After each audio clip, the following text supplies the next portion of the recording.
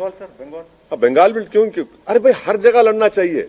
एक political party हम के एनजीओ है कि सेमिनार करा के पेपर प्रेजेंट कर दें? पॉलिटिकल पार्टी है, लड़ेंगे, क्यों नहीं लड़ेंगे? लड़ना चाहिए भाई।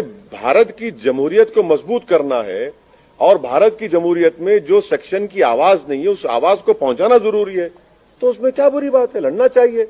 जीतेंगे हारेंगे वो तो जनता तय करेगी, अल्लाह बताएगा। भारत में सीमांचल का वोटर किसी का गुलाम है या नौकर है, तो हम उसके जहन के जालों को साफ कर दिया। अभी वोटर सुप्रीम है, वोटर किसी का होस्टेज नहीं है।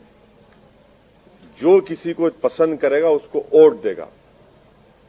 अगर कोई ये कहता है कि तुम क्यों लड़े, अरे मैं लड़ूंगा भाई, बंगाल लड़ूंगा, यूपी लड़ूंगा, भारत का हर इलेक्शन लड़ूंगा।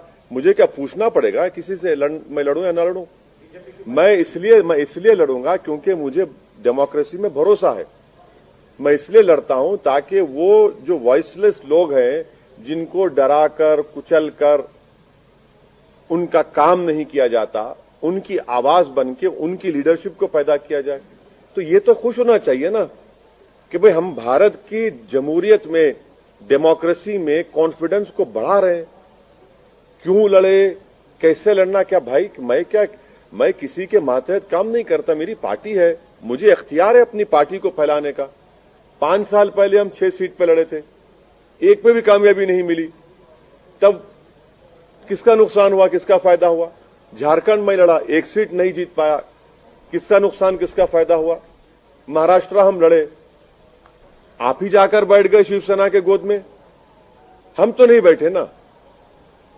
तो ये जो अपने आप को ये समझते हैं कि बस हम ही जिंदा रखें सेकुलरिज्म को, हम उनसे कहना चाह रहे हैं कि भाई साहब बस करिए, आप नहीं जिंदा रखें सेकुलरिज्म को। आप खाली टीवी स्टूडियो में बैठकर ज्ञान देते हैं, जमीन पर आप नहीं जाते। आप इनका सिर्फ एक आर्टिकल लिख दो अखबार में, टीवी पर जाकर ज्ञान दे दो और ओवैसी को गाली दे दो। 2 गाली आप, मुझे कोई फर्क नहीं पड़ता उससे। तो आप कांग्रेस के बारे में नहीं, मैं सबके बारे में कह रहा हूं।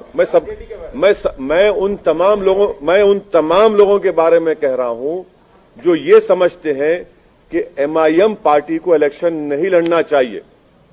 मैं उन सबको जवाब